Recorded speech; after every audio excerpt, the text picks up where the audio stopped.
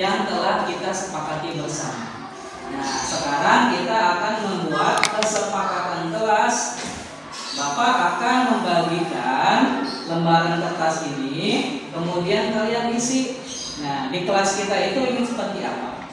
Ya, agar kita selalu tertib dalam belajar, ya.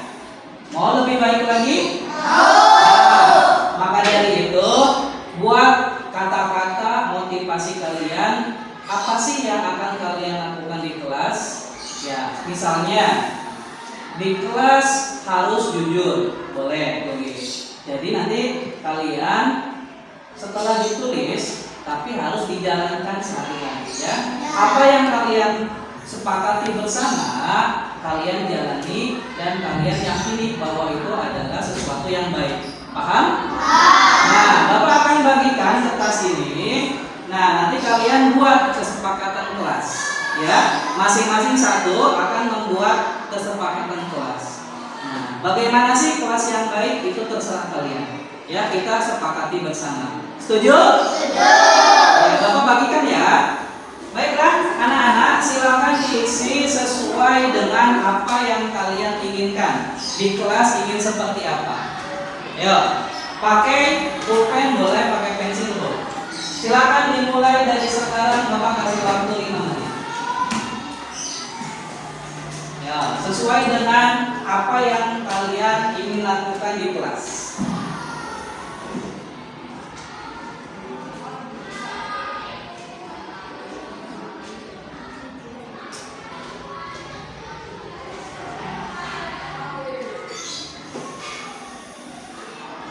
Jadi di kalian di kelas itu ingin seperti apa agar kelas itu nyaman untuk belajar.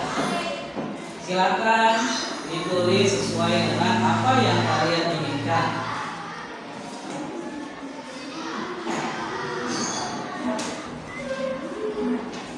Ya. Ada yang sudah? Sudah? Ditempelkan, dimulai barisan yang paling depan dulu. Silakan ditempelkan nanti di sini.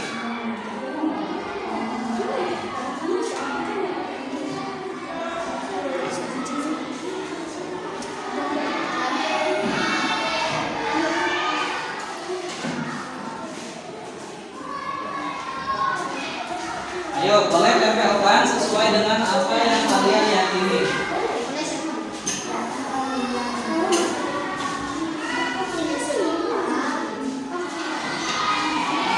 Ya, ini adalah kesepakatan kelas yang kalian buat, ya. Kita sepakati bersama-sama ya. Di kelas tidak boleh malas, setuju tidak? Oke, kita tidak boleh malas ya. Jadi kita harus rajin, biar menjadi orang yang sukses. Yang kedua, rajin, bukan? Yang ketiga, senyum. Ya, selalu senyum kalau di kelas. Sepakat tidak? Ya, bagus. Menjaga kebersihan. Sepakat ya? Kemudian bertanggung jawab. Sepakat tidak? Ya, kemudian tidak boleh bohong. Jujur. Setuju. Kalau jujur, setuju nggak? Setuju. Sepakat? Ya, kita harus laksanakan bersama-sama. Kemudian sopan. Kita harus sopan. Setuju nggak? Setuju. Ya. Kemudian tidak lupa mengerjakan PR. Ya, kalau ada PR jangan lupa ya. Nah, ciri orang yang bertanggung jawab adalah selalu mengerjakan PR. Kemudian ada juga menghormati guru. Sepakat nggak? Ya, orang baik harus menghormati guru. Kemudian satu lagi nih, disiplin. Sepakat? Nah, disiplin tepat waktu, datang tepat waktu, pulang tepat waktu, mengerjakan PR juga harus ya. Menjaga kebersihan di kelas. Ayo, setuju nggak? Nah, kita harus menjaga kebersihan agar belajar kita nyaman ya, agar kita betah di kelas. Kalau kita betah di kelas, kita akan mudah mendapatkan karena kelas kita bersih. Nah, dari masing-masing yang telah kalian tulis, kita sepakati bersama, sepakat tidak? Nah, jadi untuk besok dan seterusnya kita akan selalu menjalankan apa yang telah disepakati bersama. Setuju nggak? Semangat? Semangat untuk menjadi lebih baik? Nah, tepuk semangat.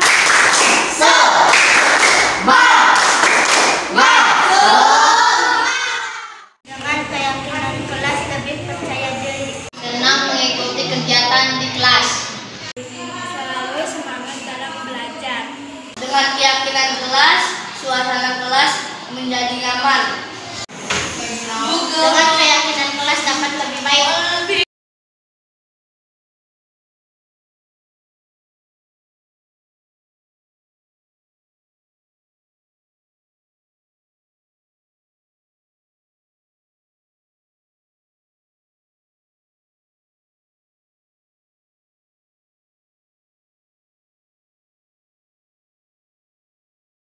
Warahmatullahi wabarakatuh. Waalaikumsalam warahmatullahi wabarakatuh. Alhamdulillahirabbil alamin. Wassalatu wassalamu ala asyrofil anbiya'i wal mursalin wa ala alihi wa sahbihi ajma'in. Asyhadu an la ilaha illallah wahdahu la syarika lah wa asyhadu anna sayyidana Muhammadan abduhu wa rasuluh. Yang saya hormati Bapak dan Ibu guru hebat memanjatkan puji syukur kepada Allah SWT yang mana telah memberikan rahmat serta hidayahnya, terutama nikmat kesehatan, sehingga kita alhamdulillah dapat bersilaturahmi dalam acara sosialisasi diseminasi budaya positif di sekolah. Salawat dan salam mudah-mudahan kita berlimpah curahkan kepada baginda Nabi besar Muhammad Sallallahu Alaihi Wasallam, pada seluruh keluarganya, para sahabatnya, dan mudah-mudahan kita semua menjadi umat beliau yang mendapatkan syafaat yaumul akhir. Amin ya rabbal alamin. Baiklah, perkenalkan Bapak Ibu, saya Mahmud Al-Arif, berasal dari instansi SDN 2 Sigom, Kecamatan Mahakam, Kabupaten Cirebon. Dan alhamdulillah sekarang ini tanggal 20 Januari 2023 ingin melaksanakan diseminasi budaya positif di sekolah. Lanjut nih.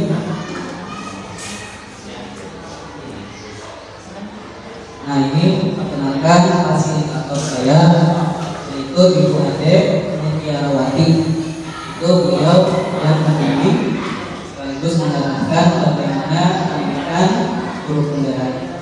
Beliau berasal dari Kabupaten Bekasi, Provinsi Jawa Barat. Dan ini pengajar praktek saya, Ibu Tatin.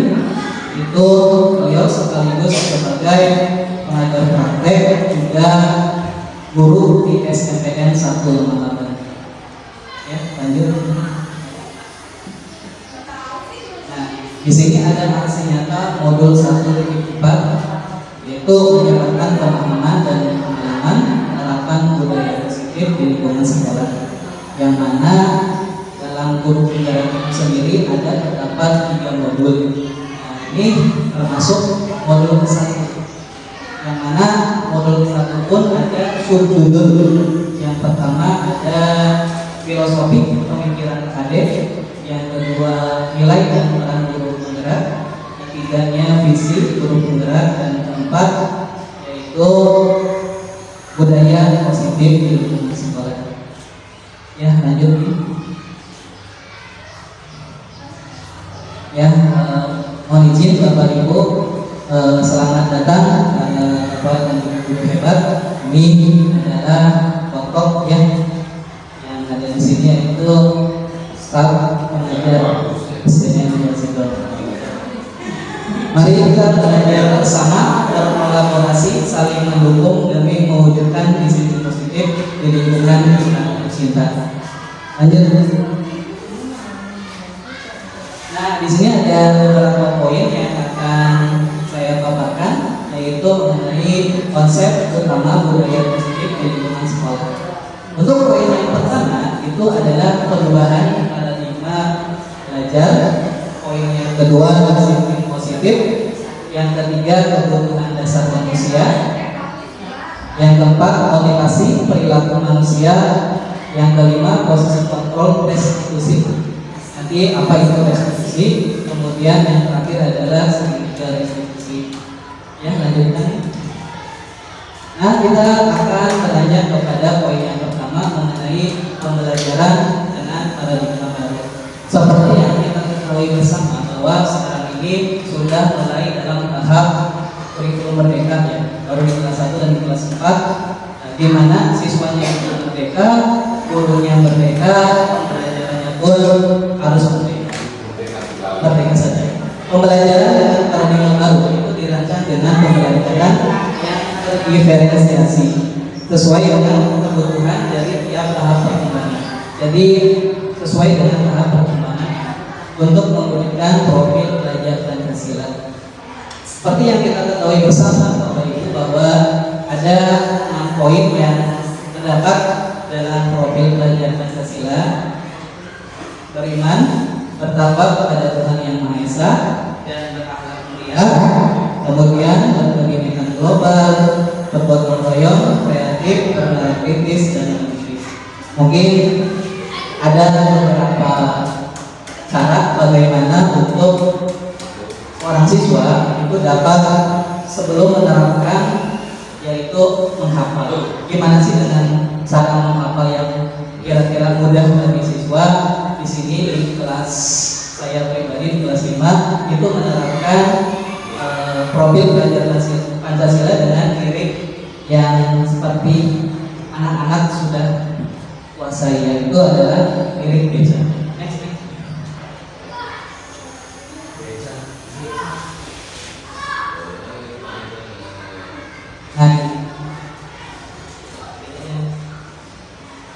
Nah ini, mari Bapak Ibu untuk kita lebih semangat lagi, kita nyanyi bersama-sama.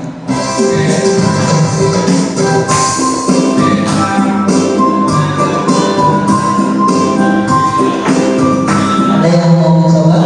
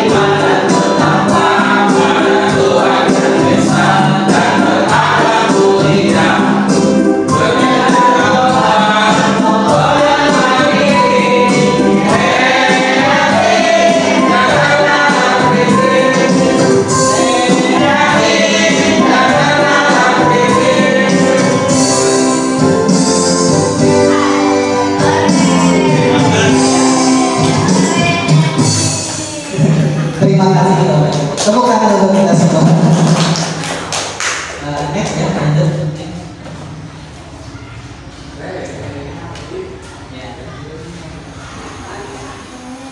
Jadi paradigma baru yang tentang kurikulum merdeka, di mana profil belajar Pancasila itu mendominasi dalam kurikulum merdeka.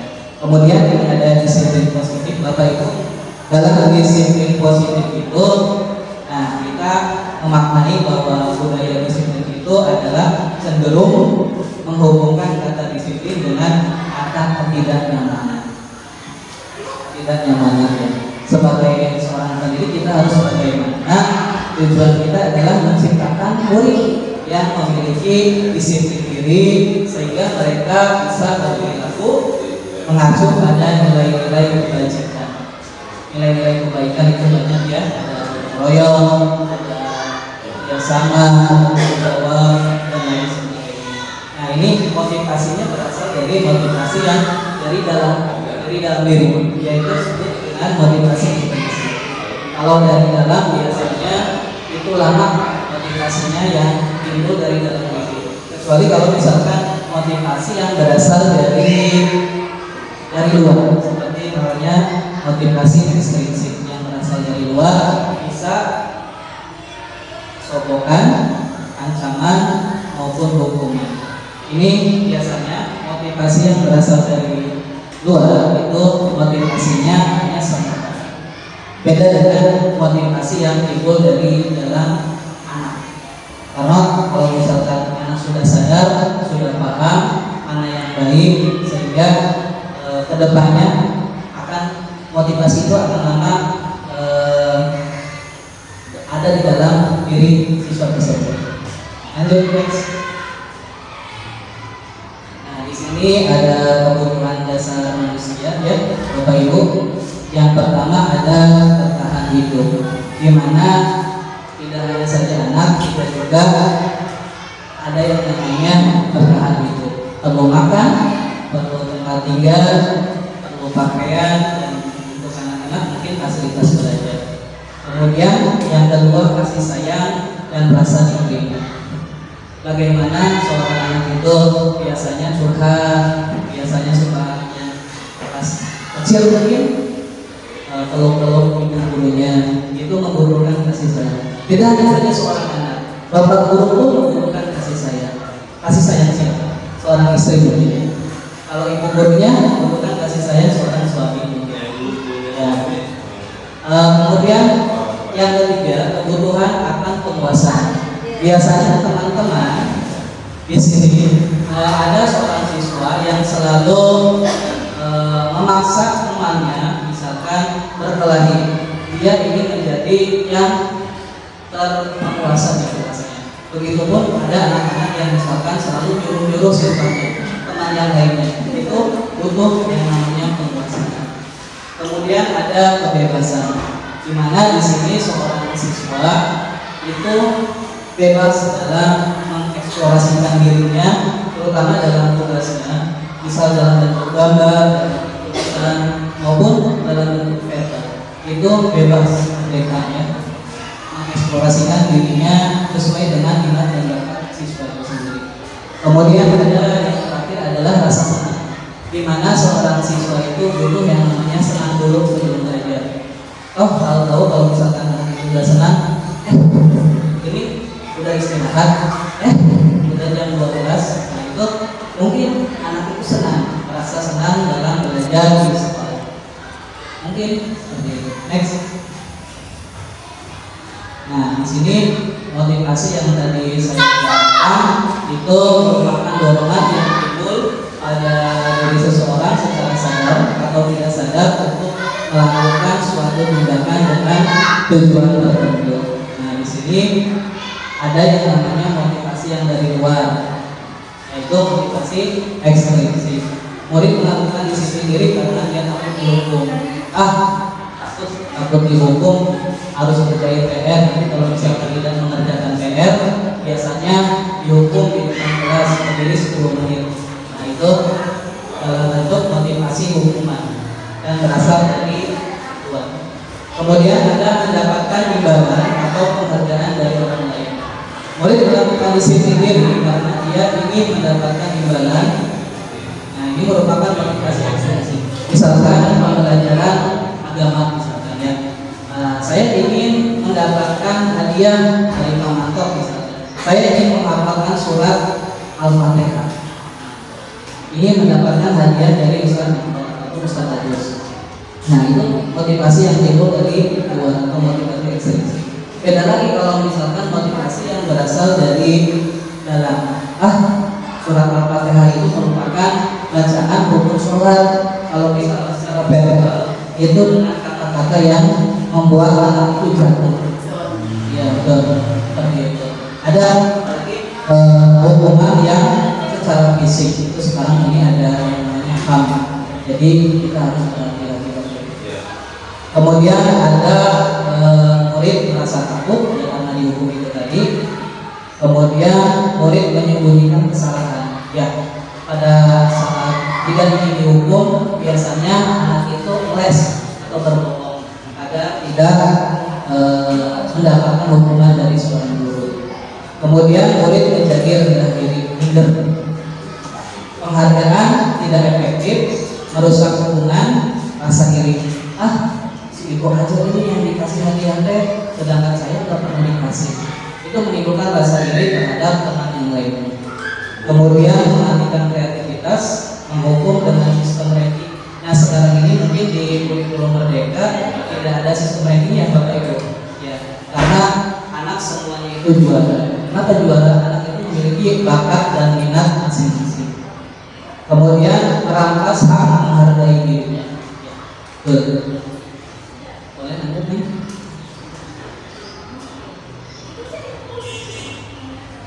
Nah ini ada konsep disiplin dengan identitas sukses, itu konsekuensi dan restitusi. Nah kita beranjak ke restitusi ya. Restitusi itu murid bertanggung jawab atas perilakunya, fokus pada pemecahan masalah dan berjangka panjang. Murid menghargai dirinya dan orang lain, terdapat kontrol dirinya memegang kontrol. Murid bersemangat untuk memperbaiki kesalahan.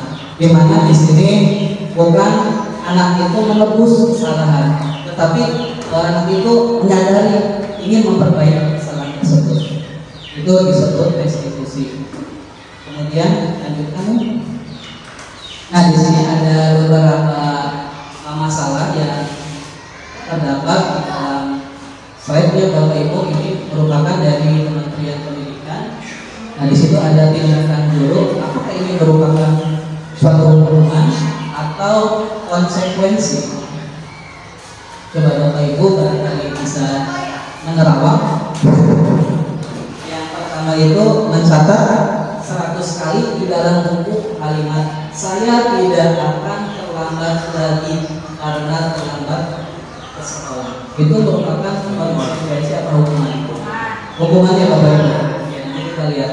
Lari mengelilingi lapangan basket 2 kali. Murid diminta untuk push up 15 kali. Menggantikan kertas tugas teman yang telah konsekuensi. Kemudian membersihkan tumpahan air, konsekuensi. Kemudian murid disuruh untuk mengenakan sepatu sekalian di sekolah. Hukuman. Dari mengelilingi lapangan basket 2 kali karena terlambat 10 menit untuk pelajaran PJOK. Gimana berolahraga? Hukuman? Hukumannya kita lihat jawabannya. Next. Enggak benar. Ya, ini jawabannya. Hukuman ini ternyata ini konsekuensi. Mengapa konsekuensi?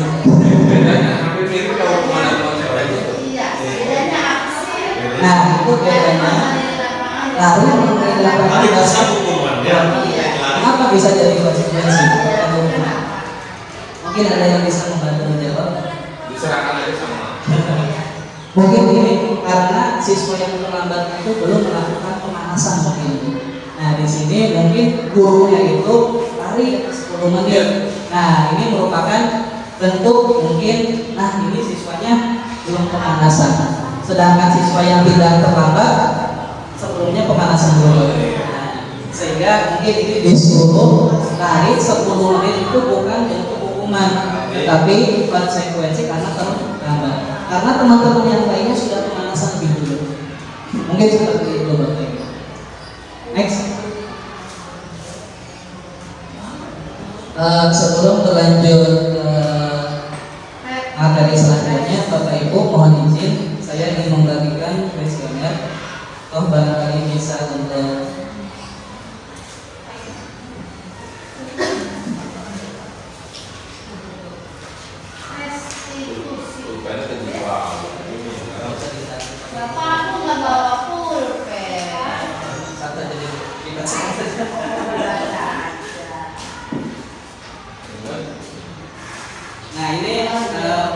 jelasnya yang tadi ya.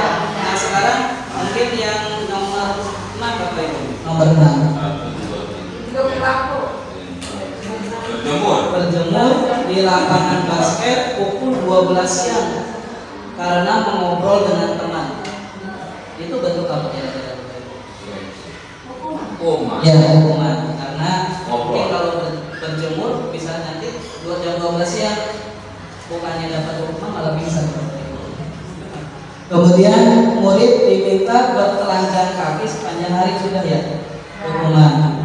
Berdiri di depan kelas sambil mengangkat kaki satu, ya, hukuman. Membersihkan tumpahan air di meja, tadi sudah ya, konsekuensi. Kehilangan 10 menit jam istirahat untuk mengerjakan tugas karena terlambat datang dan tertinggal pelajaran selama 10 menit, konsekuensi. Duduk di bangku di pinggir lapangan pada jam istirahat, tidak diizinkan bermain oleh guru piket karena mencederai teman saat bermain di lapangan. Konsekuensi: terlambat hadir di pembelajaran dari 15 menit dan diminta untuk tinggal 15 menit sesudah kelas selesai untuk membahas ketertinggalan pembelajaran. Konsekuensi: lari mengelilingi lapangan basket 2 kali karena terlambat. Konsekuensi: membersihkan WC sekolah karena mematahkan pensil. Hukuman. Terima kasih Bapak Ibu. Mungkin itu perbedaan antara hukuman dan konsekuensi. Ya, di sini akan dijelaskan mengenai pengertian restitusi itu sendiri. Kenapa? Mungkin ini kata-kata yang baru didengar oleh kita ya Bapak Ibu. Apa itu restitusi? Nah, restitusi itu sebuah cara menanamkan disiplin positif pada murid. Disiplin positif pada murid.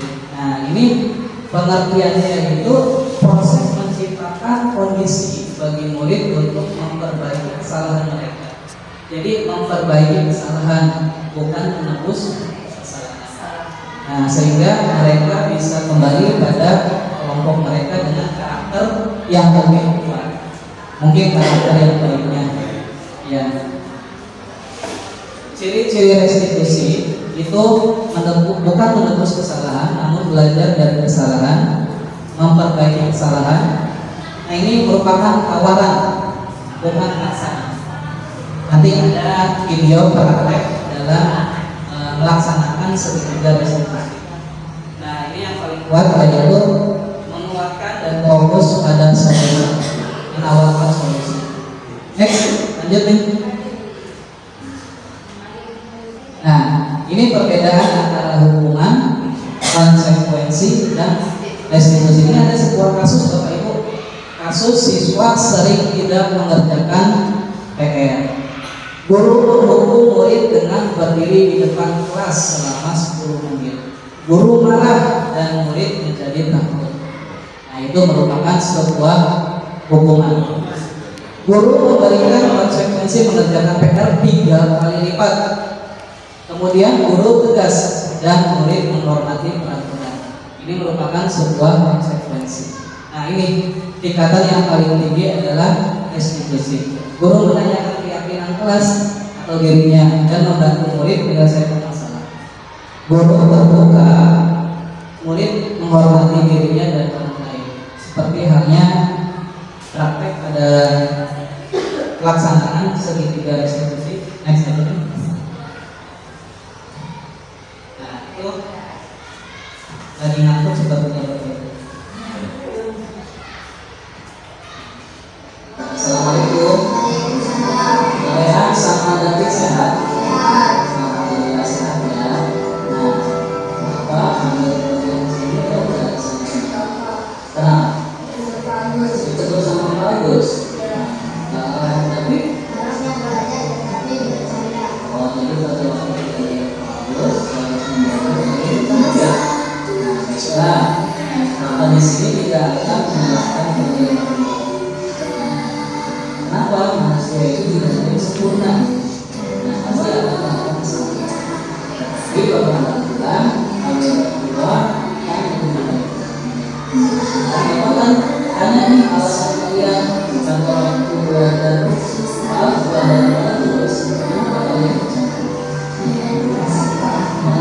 evaluasi kali.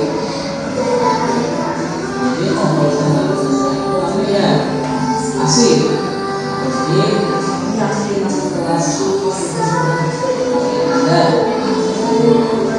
menghormati, saling menghargai, kelas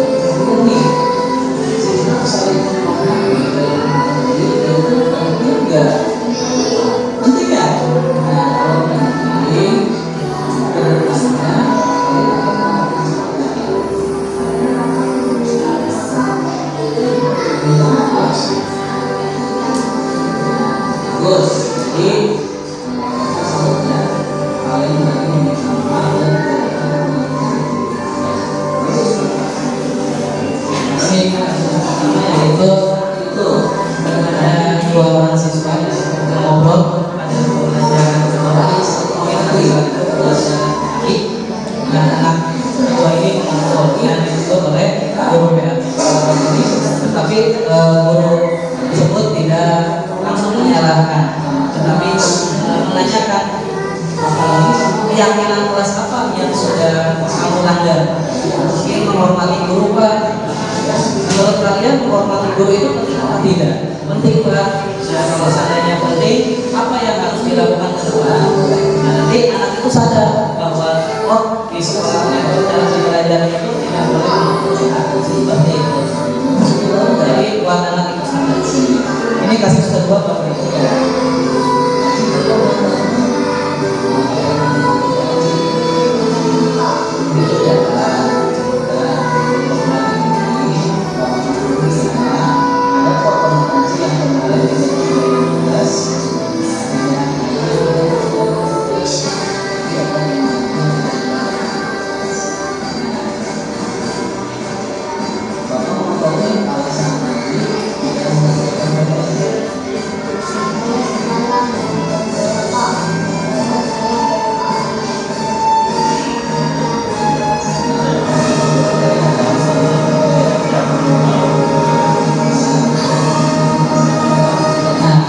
Kasus kedua ini ada salah satu siswa itu tidak mendapatkan PR karena dia lupa PR tersebut, karena pada waktu itu musim Piala Dunia dia nonton bola sampai larut malam dan tidak mengerjakan PR. Nah, pada saat itu anak tersebut tidak langsung dihukum, tapi menanyakan tidak apa-apa tidak mendapatkan PR untuk kali ini, tetapi kedepannya bisa lebih baik lagi. Keyakinan kelas apa yang sudah kamu langgar itu, Pak, bertanggung jawab karena tidak melaksanakan PR. Setelah itu bertanggung jawab ya. Kalau bertanggung jawab itu penting apa tidak? Penting, Pak. Misalkan penting, apa yang akan kamu lakukan ke depannya? Jadi membuat anak itu sadar akan kesalahan dan memancing untuk memotivasi agar anak itu ke depannya lebih baik. Tidak malu dan bisa diperbaiki sikap. Senang dihargai daripada guru. Anak itu senang dihargai daripada guru. Karena dengan kita menghargai seorang siswa, otomatis siswa itu merasa penting dirinya itu dihargai oleh seorang guru. Dan ini mungkin kelasnya banyak ya, kelas artis kelasnya. Waktunya bagus.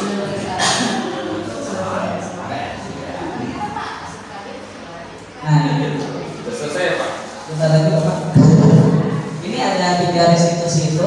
Yang pertama adalah menstabilkan identitas, kemudian validasi kebutuhan, yang ketiga meningkatkan keyakinan. Nah, di sini dari ketiga itu merupakan segitiga restitusi, di mana yang pertama manusia itu tidak ada yang sempurna. Jadi dari itu kamu harus lebih baik lagi. Tidak apa-apa salah juga, yang penting kedepannya harus lebih baik. Nah, yang kedua, bapak ibu, bapak guru juga pernah berbuat salah. Jadi anak itu tidak minder, oh iya, ternyata manusia itu tidak sempurna. Kemudian kita tidak mencari siapa yang salah, tapi mencari sebuah solusi dari kebenaran. Validasi kebutuhan, seorang tidak pernah mengambil pilihan terburuk. Seseorang bisa melakukan Kemudian menanyakan keyakinan, menanyakan nilai-nilai kebajikan individu, berbicara dengan tenang dan tidak menyalahkan. Jadi tidak menyalahkan langsung, karena itu merupakan bagian dari segitiga restitusi. Lanjut. Ini 5 posisi kontrol, Bapak Ibu. Mungkin ada menghukum, kontrol, kemudian membuat orang merasa bersalah, ada teman, ada pemantau, ada manajer. Mungkin Bapak Ibu sekarang ada di posisi mana? Apakah selalu menghukum anak? Pernah juga ya Bapak Ibu? Tidak menutup kemungkinan juga baik secara sadar maupun tidak sadar. Membuat orang merasa bersalah. Pernah. Teman. Bisa jadi. Pemantau, monitor, nah ini posisi yang paling tinggi adalah manajer, Bapak Ibu. Manajer itu adalah posisi yang paling tinggi dari kelima posisi kontrol tersebut. Lanjutkan ya. Nah di sini ada sebuah kasus, Bapak Ibu. Siswa sering tidak memakai atribut, misalkan pada saat upacara bendera. Nah di sini sebagai penghukum, kata-katanya patuhi aturan sekolah, lalu berdiri di depan barisan. Jadi berdiri di depan barisan anak-anak. Itu mungkin merasa malu ya, itu penghukum. Membuat rasa bersalah. Berapa kali Pak Guru harus memberitahu kamu? Bapak kecewa pada kamu. Jadi anak tersebut merasa bersalah. Teman, ayolah yang tertib, buat Pak Guru bangga. Kali ini tidak apa-apa kamu salah. Itu lebih friendnya guru, lebih baik. Kemudian memantau, kamu sudah melanggar apa peraturan dan konsekuensinya apa? Nah, itu merupakan pemantau. Nah manajer yang paling tinggi. Apakah kamu tahu kesalahanmu? Jadi bertanya dulu kepada siswa. Kira-kira bagaimana kamu memperbaiki kesalahan kamu? Nah itu merupakan pemancing. Anak itu salah apa? Nah, apa yang harus diperbaiki ke depan? Itu sebagai seorang manajer. Lanjutkan. Nah keyakinan kelas di sini ada pertanyaan pemantik. Mengapa keyakinan kelas tidak peraturan? Pertanyaannya Bapak Ibu, mengapa kita mempunyai peraturan tentang penggunaan helm pada saat berkendaraan? Ya, itu merupakan keyakinan diri Bapak Ibu untuk keselamatan. Kemudian mengapa kita mempunyai peraturan tentang penggunaan masker, mencuci tangan setiap waktu, setiap saat untuk kesehatan? Ya, itu merupakan keyakinan yang ada di dalam diri kita untuk menjaga kesehatan. Itu merupakan keyakinan. Nah, keyakinan itu bentuknya seperti apa? Nah, keyakinan itu lebih abstrak, jadi tidak konkret, ada di dalam diri masing-masing. Sedikit saja agar mudah dipahami. Berupa pertanyaan yang menyeluruh, universal, sesuai dengan kondisi kelas dan sekolah, agar mudah diterapkan, dibuat dalam bentuk kata-kata yang memotivasi positif. Kemudian semua warga, nah ini yang paling penting, semua warga kelas dilibatkan saat membuat. Nah itu Bapak Ibu yang ada di belakang itu merupakan keyakinan kelas, khususnya kelas 5 dalam membuat kesepakatan kelas. Nah di situ anak-anak suruh menulis apa saja yang harus disepakati di kelas, diyakini di kelas, agar kedepannya bisa menjadi pribadi yang lebih baik. Nah ini merupakan dokumentasi pada saat membuat keyakinan kelas. Videonya, dan ini adalah video dalam membuat praktek keyakinan kelas.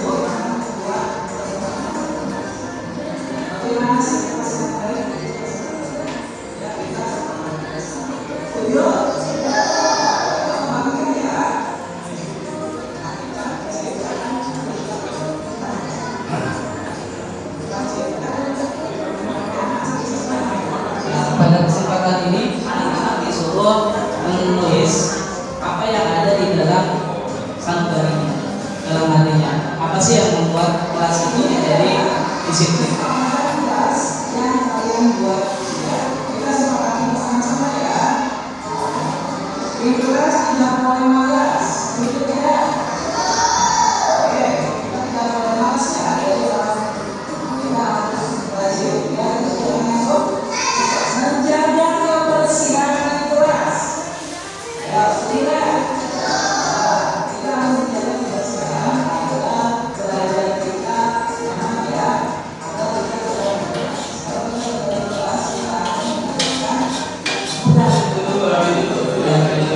Jadi Bapak Ibu, setelah anak-anak itu menempelkan tentang kesepakatan kelas, kita bahas apakah ini kata-kata ini setuju atau tidak. Jadi dibuat dengan kesepakatan bersama agar sama-sama dijalankan untuk proses pembelajaran itu.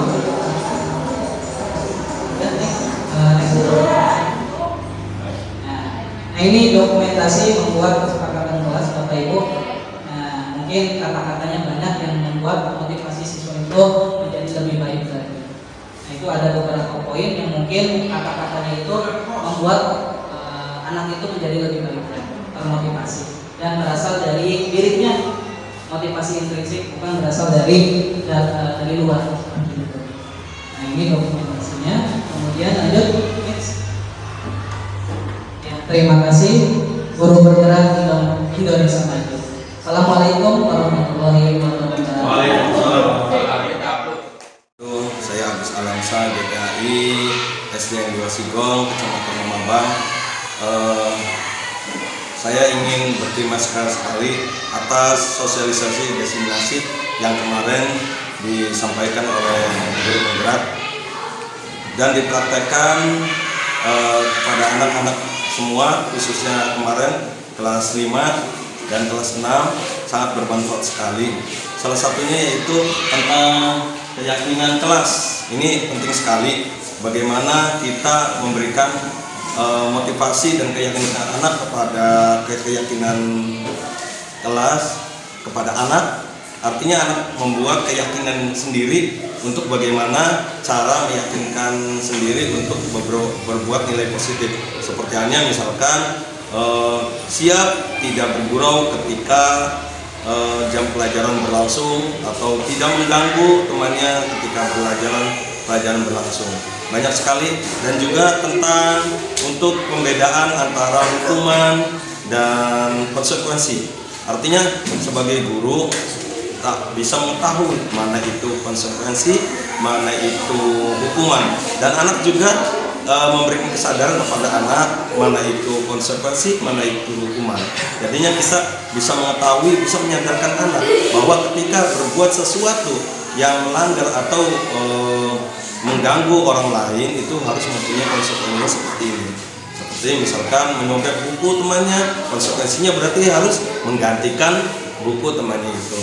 Dan misalkan hukuman ya seperti ini, dan lebih bagusnya lagi kemarin ada tingkatan untuk hukuman, artinya dengan mengetahui kesalahan yang mereka lakukan. Jadi imbal baliknya dia itu mempunyai kesadaran sendiri untuk memperbaiki tentang apa yang dilakukan dan merubah sikapnya lebih baik dan tidak akan melakukan kesalahan seperti yang dilakukannya itu. Ini penting sekali. Mudah-mudahan dengan adanya sosialisasi ini bisa membuat guru itu lebih mengerti tentang anak, bisa memahami tentang karakteristik anak, dan untuk berkelanjutan agar anak lebih baik lagi. Seperti itu. Alhamdulillah, sekali lagi terima kasih untuk pengetahuannya, sosialisasinya, diskriminasi di SDN 2 Sigong.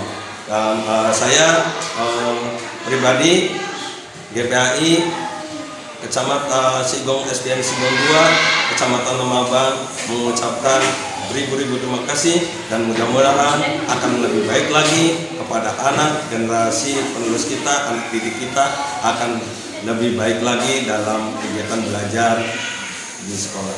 Terima kasih. Wassalamualaikum warahmatullahi wabarakatuh.